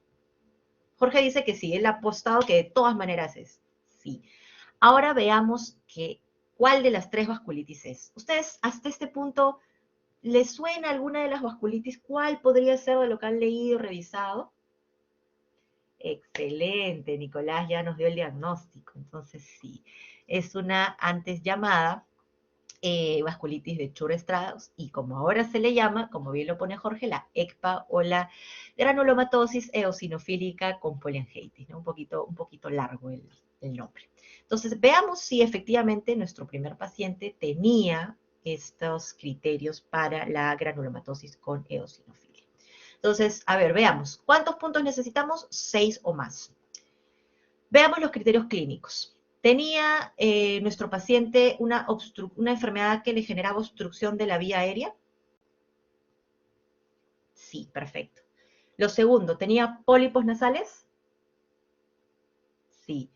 Muy bien, veamos. Mononeuritis múltiple no nos ha dicho nada de compromiso neurológico. Mononeuritis múltiple no nos dijo, a este paciente no nos ha dicho nada de que parestesias, nada, ojo. Veamos los exámenes de laboratorio, ¿no? Porque acá yo tengo, ya tengo acá mis 6 puntos, ¿no? O sea, ya clasifica, pero yo además le había pedido laboratorio. Y en el laboratorio, ¿qué me salió? Que tenía eosinofilia. Hipereosinofilia, ¿cómo se define esta hipereosinofilia? Que tenga un recuento de 1 o más por 10 a la 9 por cada litro. Entonces, estamos más que sobrados en los criterios de clasificación. Entonces, como bien ustedes mencionaron, estamos frente a una granulomatosis eosinofílica con poliangiitis. Entonces, si ustedes les ponen un caso clínico en sus exámenes de un paciente con estas características atópicas, pólipos, sibilantes, y ya la hipereosinofilia, entonces ya está cantado el diagnóstico, ¿no? Cantado el diagnóstico de ser una ECPA o un Church-Strauss, como antes se le llamaba. Entonces, fabuloso. ¿Qué otras manifestaciones nosotros podemos encontrar en el Church-Strauss? Ya que las que hemos visto no son las únicas, ¿sí? No son las únicas. También los pacientes con Church-Strauss podemos encontrar compromiso a nivel pulmonar. Nos pueden hacer distintos tipos de infiltrados, nos pueden hacer nódulos pulmonares, estas opacidades en vidrio deslustrado, que de hecho son reversibles. Recuerdo que la vez pasada preguntaban si estas pueden revertirse o no. Cuando son lesiones activas como el vidrio deslustrado, sí se pueden revertir con el tratamiento. ¿Sí? Y otra característica que tienen estos pacientes con Church-Strauss es que también nos pueden hacer problemas neurológicos, neuropatías periféricas, y también nos pueden afectar el riñón. No es lo más frecuente, pero también nos pueden afectar riñón y la parte neurológica, ¿sí? La parte neurológica y el riñón también, ¿sí? Pero si hay algo que debemos rescatar y que nos va a orientar mucho al diagnóstico es la parte de la atopía, ¿no? La eosinofilia, la rinitis, el asma, todo esto nos va a orientar más. Y si ya tengo, pues, mi ANCA, como vimos acá, mi ANCA MPO positivo, pues, con mayor razón, ¿sí? Con mayor razón. Ahora, si yo a este paciente le hiciera una biopsia, ¿sí? Una biopsia, ¿qué espero encontrar en la biopsia? Voy a encontrar, granulomas, ¿sí? Voy a encontrar granulomas, y no se olviden una infiltración necrotizante, porque estas son vasculitis necrotizantes, que necrosan el vaso. Así que esta es una de las vasculitis de vasos pequeños donde voy a encontrar granulomas. Es más, su nombre lo dice, granulomatosis eosinofílica con poliangiitis. Entonces voy a encontrar granulomas en la anatomía patológica, ¿sí?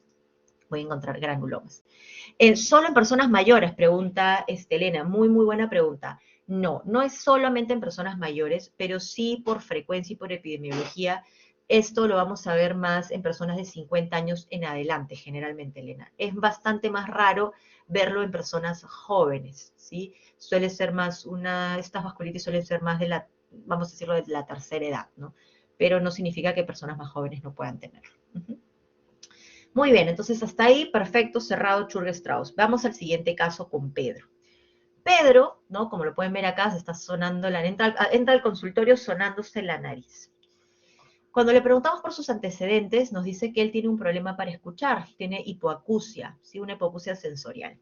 Y además, cuando lo escuchan hablar, notan un estridor, que tiene así, como esa voz así, ronquitos, ¿sí? tiene ese estridor cuando habla, ¿no? Después de que se suena la nariz, ustedes le preguntan, ¿y siempre te estás así sonando la nariz? ¿Es algo de ahora? Y dice, no, siempre tengo esta descarga. Y ustedes le dicen, ah, ¿me puedes mostrar cómo se ve? Y él se saca la servilleta y les muestra aquí la descarga al lado, que ustedes pueden ver en el lado izquierdo. Entonces, noten, ¿qué notan en esta descarga? ¿Les parece normal? ¿Qué ven ahí en esa descarga, en esta imagen de la izquierda?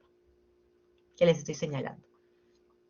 Es amarilla, exacto. Entonces es una descarga que es mucopurulenta, pero es también sanguinolenta. Sí, también es sanguinolenta. Sí, también es sanguinolenta.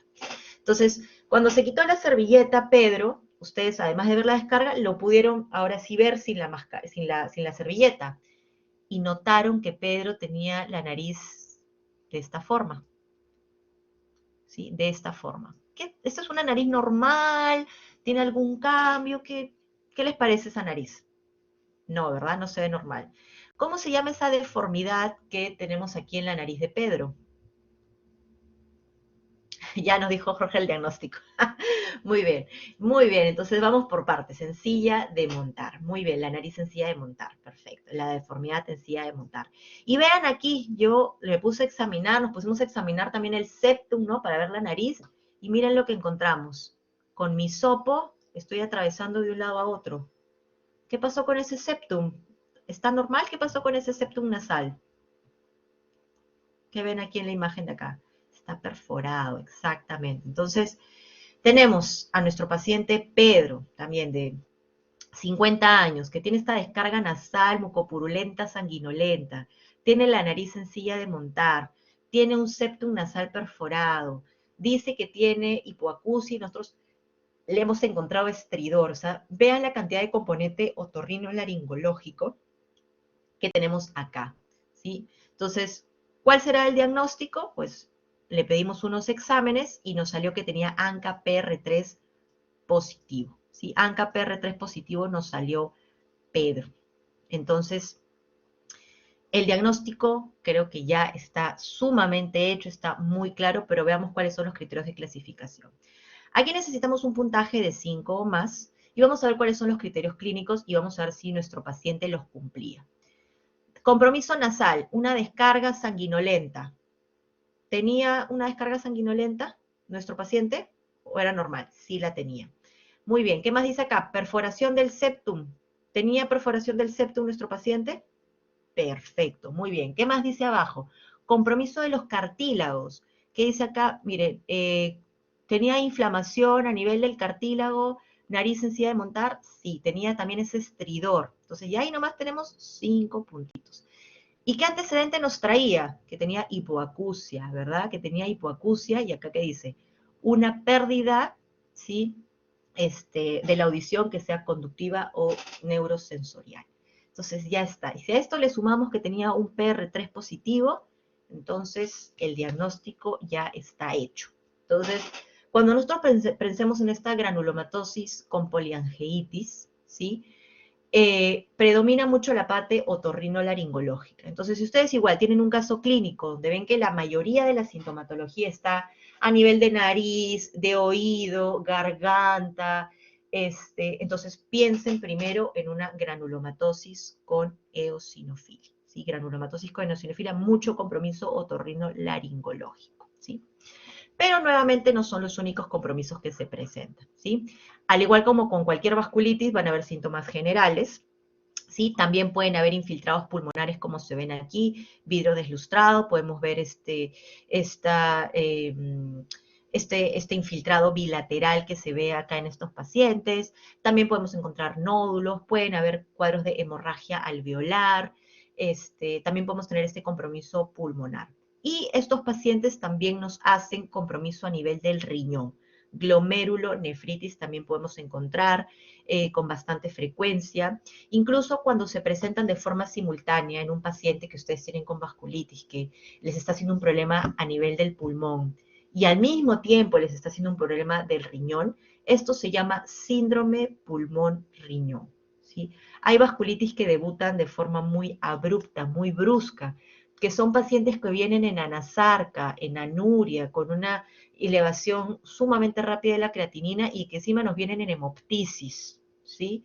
Entonces, si ustedes alguna vez ven por emergencia un paciente varón, 60 años, por ejemplo, y que viene con una falla renal aguda, en anuria, con anasarca y encima con hemoptisis, piensen en vasculitis de vaso pequeño, ¿sí? Piensen en vasculitis de vaso pequeño porque de todas maneras tenemos que descartar así. Estos síndromes pulmones riñones se pueden presentar como emergencias reumatológicas, ¿sí? En un paciente, ¿sí? Así que ténganlo en mente. Pero lo más característico de esta vasculitis de la granulomatosis con poliangiitis es el compromiso otorrino-laringológico, ¿sí? Ahora, ¿qué característica histológica vamos a encontrar si les he dicho que es una granulomatosis con poliangiitis? Entonces, ¿qué vamos a encontrar en la anatomía patológica? Su mismo nombre lo dice, ¿no? Granulomatosis con poliangiitis. Exacto, entonces voy a encontrar granulomas, ¿sí? Voy a encontrar granulomas y esta vasculitis suele tener el ANCA-PR3 positivo, ¿sí? Esto es también por frecuencia. ¿Que un Wegener puede tener MPO positivo? Sí, puede tener, pero lo más frecuente es PR3. Así como vimos hace un momentito que en Churg-Strauss, ¿cuál era el ANCA en Churg-Strauss, el más frecuente? Exacto, el MPO. Perfecto, chicos, MPO, fabuloso. Entonces, y ahora veamos nuestro tercer caso, tercer y último caso, que es con Luis. Luis es hipertenso, toma losartán, y ya desde hace algún tiempo ha notado que se le hinchan las piernas, miren, están edematosos sus pies. Además nota que está orinando menos y que hay espuma, ¿sí? Hay espuma en la orina, hay espuma en la orina, y tiene disnea. Se cansa, camina, antes podía caminar, salía a caminar al parque y no había ningún problema, pero ahora camina una cuadra y se cansa, se agita Luis, ¿sí? Luis también tiene como 70 años, ¿no? Ya es hipertenso de larga data. Vamos a ver qué sucedió con Luis cuando vino al consultorio. Entonces, como tenía orinas con espuma, como estaba orinando menos, le pedí algunos exámenes, ¿no? Y también tenía, pues, disnea. Así que le pedimos los siguientes exámenes. En su examen de orina encontramos microhematuria, ¿sí? Y también encontré dismórficos. ¿Qué significa que yo encuentre dismórficos en el examen de orina? ¿Qué significa esta palabra dismórficos?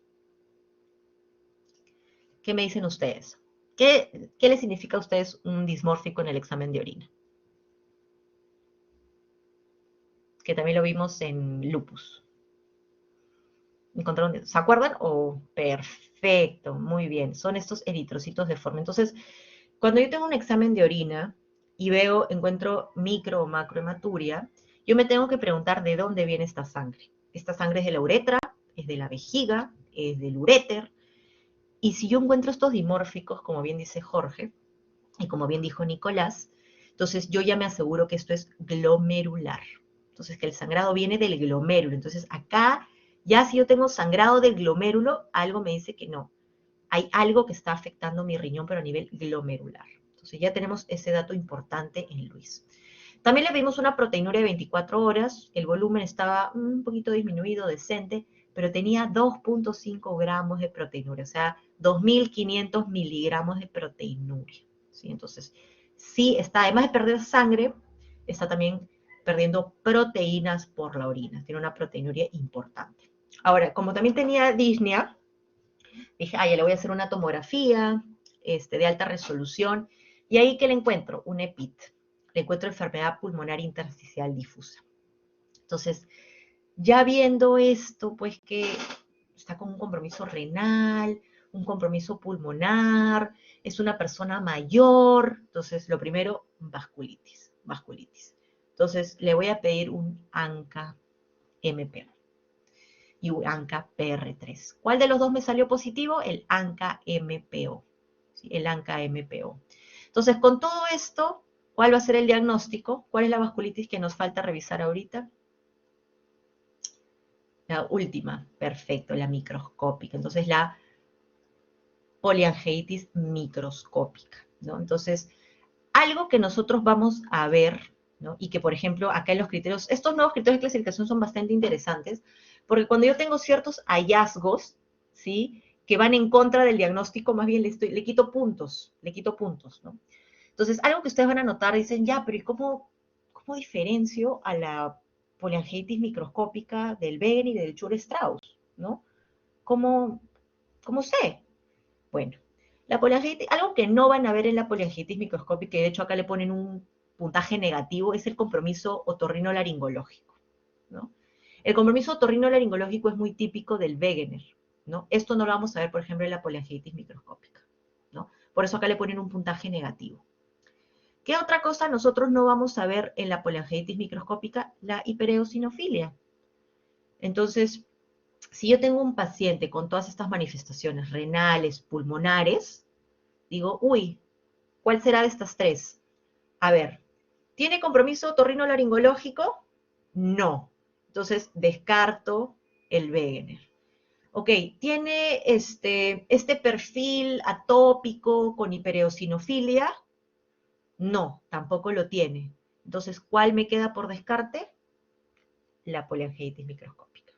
No sé si con eso un poquito más nos orientamos en la diferenciación de estas tres vasculitis, ¿sí? Entonces, ya saben, atopía, Chur-Strauss, otorrinolaringológico, Wegener, y ya por exclusión queda la poliangiitis microscópica, ¿sí? Y, exacto, fabuloso, Nicolás, maravilloso.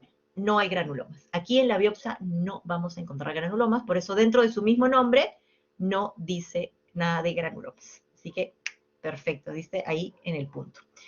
¿Cuáles son los criterios que están incluidos acá? Pues en esta vasculitis, el ANCA que vamos a encontrar con mayor frecuencia es el MPO, ¿sí? El MPO.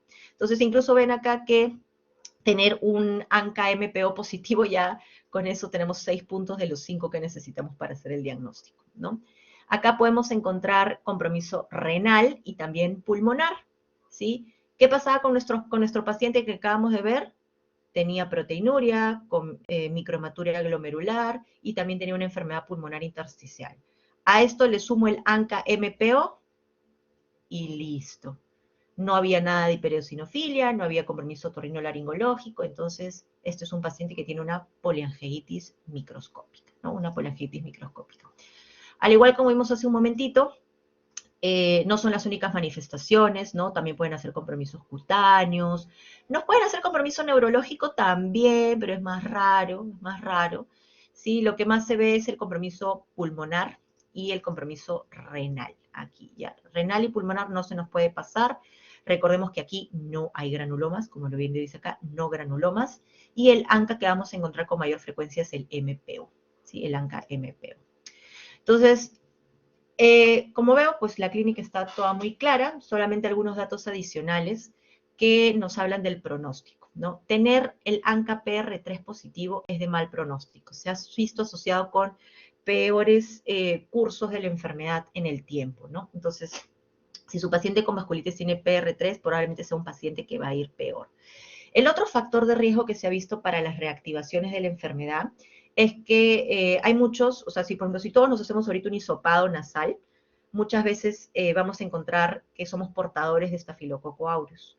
En nosotros que no tenemos vasculitis esto no significa un problema, pero en los que sí tienen vasculitis pueden generar reactivaciones. Ahora, ¿se puede tener un Wegener sin PR3? Muy bien, excelente. La respuesta es sí. Como les he mencionado, estos PR3 y estos MPO son por frecuencia. Entonces, si bien en el Wegener es más frecuente encontrar el PR3, también podemos tener un Wegener con MPO, ¿sí? También podemos tener un Wegener con MPO, ¿sí? Lo mismo para Chur-Strauss. En Chur-Strauss, lo más MPO. ¿Puedo tener un Chur-Strauss con PR3? Sí, puedo tener un Chur-Strauss con PR3. Recuerden que todo esto es por frecuencias, ¿sí? Por frecuencias, el que más frecuentemente van a encontrar, ¿sí? No sé, Jorge me dice si con eso quedó un poquito más claro. Muy bien, entonces, excelente, gracias. Ahora, para el seguimiento de nuestros pacientes, los ANCAs nos pueden ayudar, ¿sí? Son fluctuantes, vamos a tener incluso pacientes con vasculitis después del tratamiento, a veces les hacemos el dosaje de ANCA y el ANCA es negativo. Ah, ¿esto significa que se curó? No, sino que son fluctuantes estos anticuerpos, no aparecen, desaparecen, aparecen, desaparecen, ¿no? Pero si es un paciente que, por ejemplo, durante mucho tiempo tuvo los ANCA negativos y luego le hago un control y me sale positivo, Entonces, ojo, cuidado, que esto me dice que se puede reactivar la vasculitis. Así como les mencioné que ya no tenía síntomas generales y reaparecieron, y esto me dice, uy, cuidado, se puede reactivar, ok. Los ANCAS también me sirven en ese sentido para seguimiento, para ver si mi paciente se activa o no. Ahora, la sobrevida de las vasculitis es variable, no es la mejor, y va a depender de qué tan comprometido estén algunos órganos y también la edad, ¿no? Hay algo llamado el Five Factor Score, que es un score que nosotros utilizamos para ver la mortalidad a 5 años, ¿sí? Entonces, si por ejemplo de estos 5 factores nuestros pacientes tienen 2 o más, la mortalidad a 5 años es casi del 50%. Entonces, si es una persona que tiene más de 65 años, ya eso es un factor de mal pronóstico.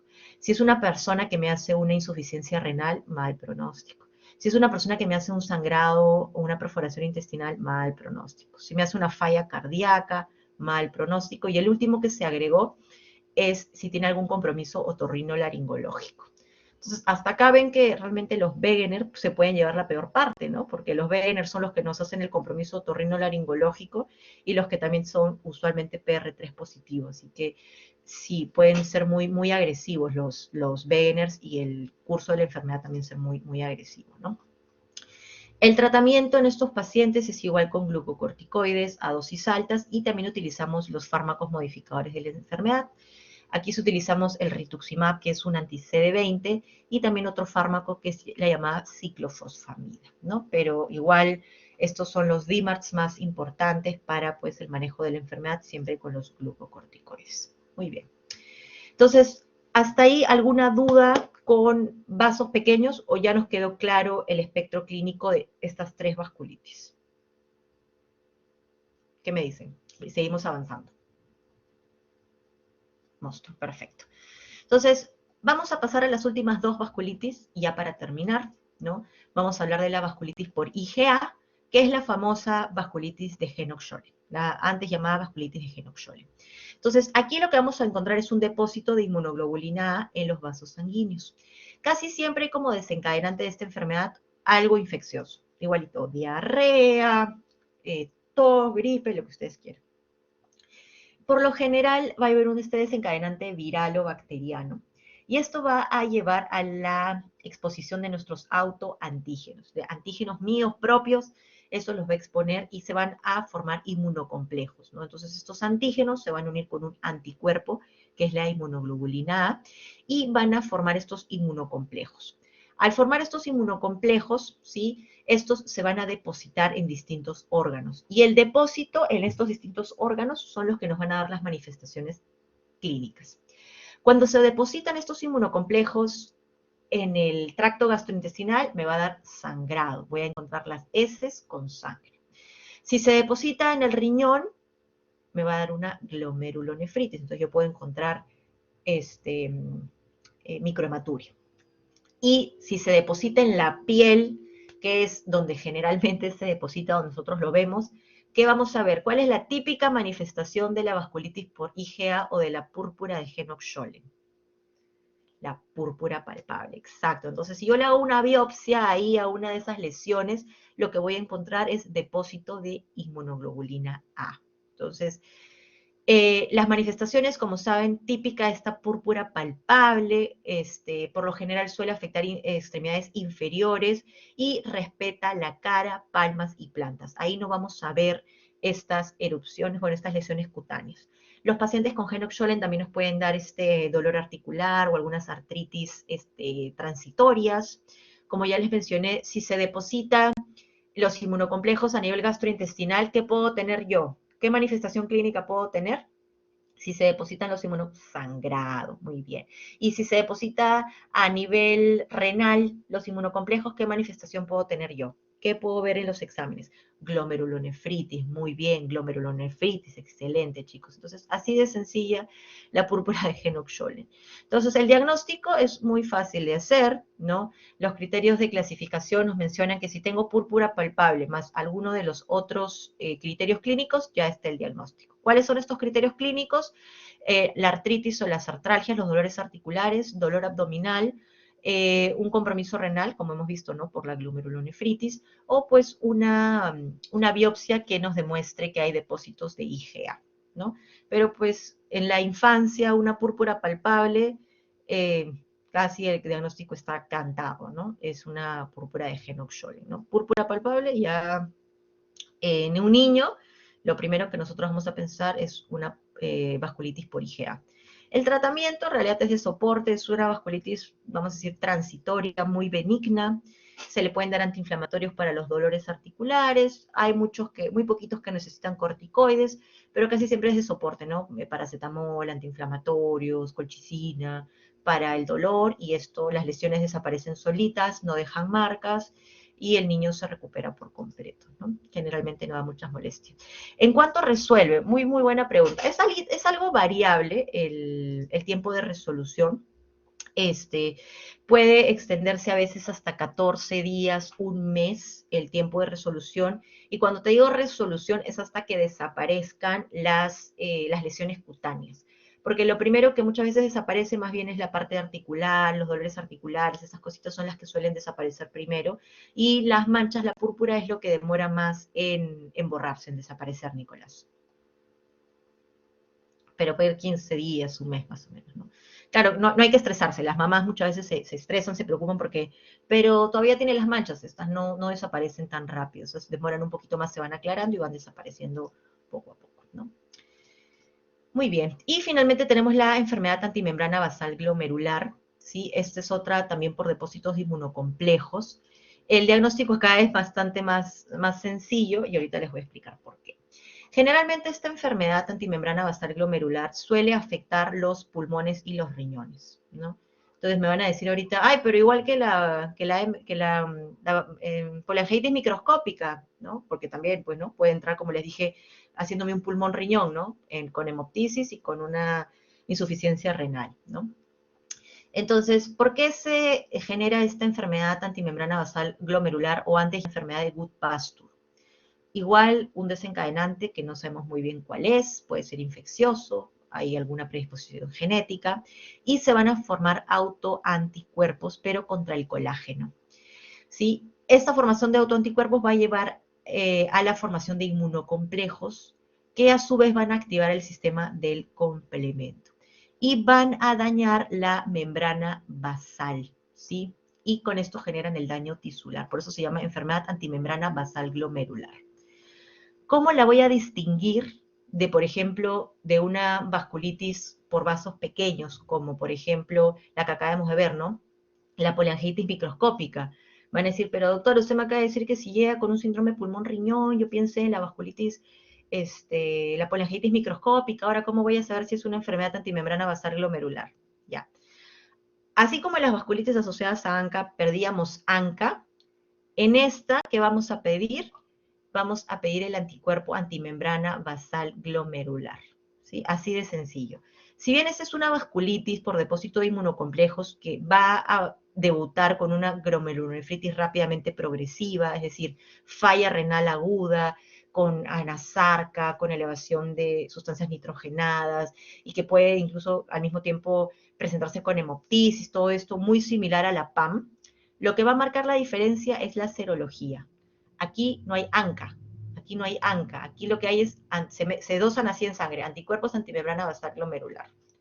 Entonces, si yo tengo un paciente, vamos a ponerlo de otra forma, les llega, ustedes están de guardia hoy día en la noche, y les llega por emergencia un paciente con hemoptisis, y lo ven edematizado, le sacan un AGA, tiene acidosis metabólica, le toman un examen para ver perfil renal, la creatinina volando, y cuando ustedes se acercan al paciente, comienza a toser y hace hemoptisis. Entonces dice, ¿qué está pasando con este paciente? Y ahora, ¿será una polangitis microscópica? ¿Será una antimembrana basal glomerular? Le piden laboratorio y a este paciente le sale un ANCA-MPO positivo. ¿Cuál es el diagnóstico de este paciente? Con todo lo que les acabo de decir. Microscópica. ¿Todos están de acuerdo con Nicolás o hay alguien que difiere de Nicolás? Sí, ¿verdad? Elena me dice que sí, muy bien. ¿Qué más? Muy bien. Ahora, el mismo escenario. Le pido ANCA. ANCA-MPO negativo. ANCA-PR3 negativo.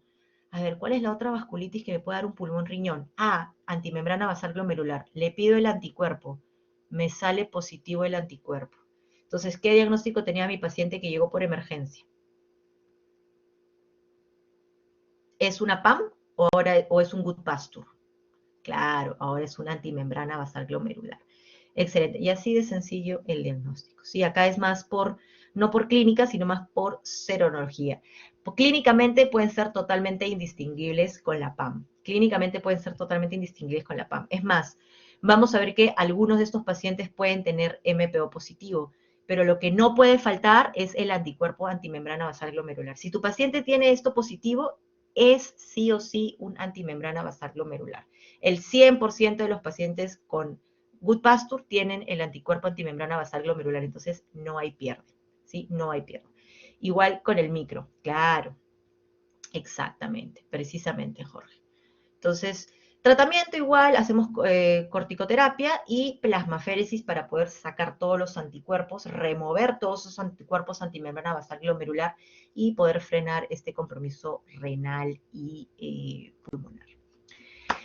Muy bien, yo sé que las vasculitis son algo extensas, son bastantes vasculitis, pero espero que con estos pequeños casitos clínicos y este repaso ya nos queden más claras las manifestaciones clínicas de cada una de estas vasculitis. Entonces, sí, los casitos siempre ayudan mucho como para poder imaginarse más la situación, Alegre, es verdad. Así que, Elena pregunta si la vasculitis, si la plasmaféresis se puede hacer en otras vasculitis. Me encanta esta pregunta, Elena, porque en realidad sí, la respuesta es sí. La plasmaféresis en realidad se puede hacer también en las vasculitis asociadas a ANCA, ¿sí?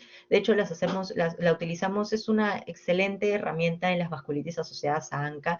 También nos sirve mucho, sobre todo en personas que nos hacen compromiso renal y pulmonar, que nos hacen este pulmón riñón. Ahí nos sirve mucho la plasmaféresis también, Elena. Muy bien, no sé si tienen alguna otra pregunta, chicos. Creo que ya hemos logrado aquí plasmar todos los casos. No sé si hay alguna otra duda. Ahí veo, perdón, se me cerró esto. Muy bien. Ah, se le fue el internet. Ok, Jorge, no te preocupes. La plasmaféresis, muy bien. Entonces, la plasmaféresis es un procedimiento en el que se utiliza una máquina que lo que va a hacer es separar el plasma, ¿sí?, de las células sanguíneas, ¿sí? Y luego se van a mezclar estas células sanguíneas con algún líquido que puede ser, por ejemplo, la albúmina, o las inmunoglobulinas, pero generalmente lo hacemos con albúmina, ¿sí? Entonces, estas células sanguíneas que se han separado del plasma, ¿no? Yo tengo, por ejemplo, un paquete globular completo, y ese paquete globular lo meto en una máquina que lo va a centrifugar. Y al centrifugarlo, lo que va a hacer es separar la parte de las células sanguíneas del plasma, ¿sí? Porque el plasma es, digamos, la parte que hace la reacción inmunológica, entonces lo retiramos. Y esas células sanguíneas lo que hacen es mezclarla con algún otro líquido que va a reemplazar al plasma, como te digo, puede ser la albúmina. Y lo vamos a luego a meter en el cuerpo. Entonces va a funcionar como una máquina de hemodiálisis, muy similar a una máquina de hemodiálisis, en la cual al meter esta mezcla de células sanguíneas con albúmina, lo que va a hacer es barrer todos esos anticuerpos y otra vez va a volver a salir de la sangre para filtrarse y volver a entrar, y entrar así como en una especie de círculo, ¿sí? Más o menos. Esa es la plasmaféresis, Jorge. Y así nosotros hacemos como un proceso de limpiar la sangre muy similar a la hemodiálisis, ¿no? Muy bien, entonces eso ha sido todo por hoy, chicos, y también es nuestra última clase. Les agradezco a todos su participación tan activa, las preguntas que siempre nos han sumado en todas nuestras clases, y espero que esto haya quedado todo claro hasta más adelante en otra oportunidad. Sami, muchas gracias, todo muy claro. Gracias por estas sesiones. Los chicos lo han disfrutado mucho. Qué bueno, me alegro mucho, me encanta estar con ustedes, con este grupo, todo lo máximo, de verdad. Que tengan un lindo fin de semana y hasta pronto. Gracias, Sami, gracias muchachos. Cuídense. Chao, David, cuídate.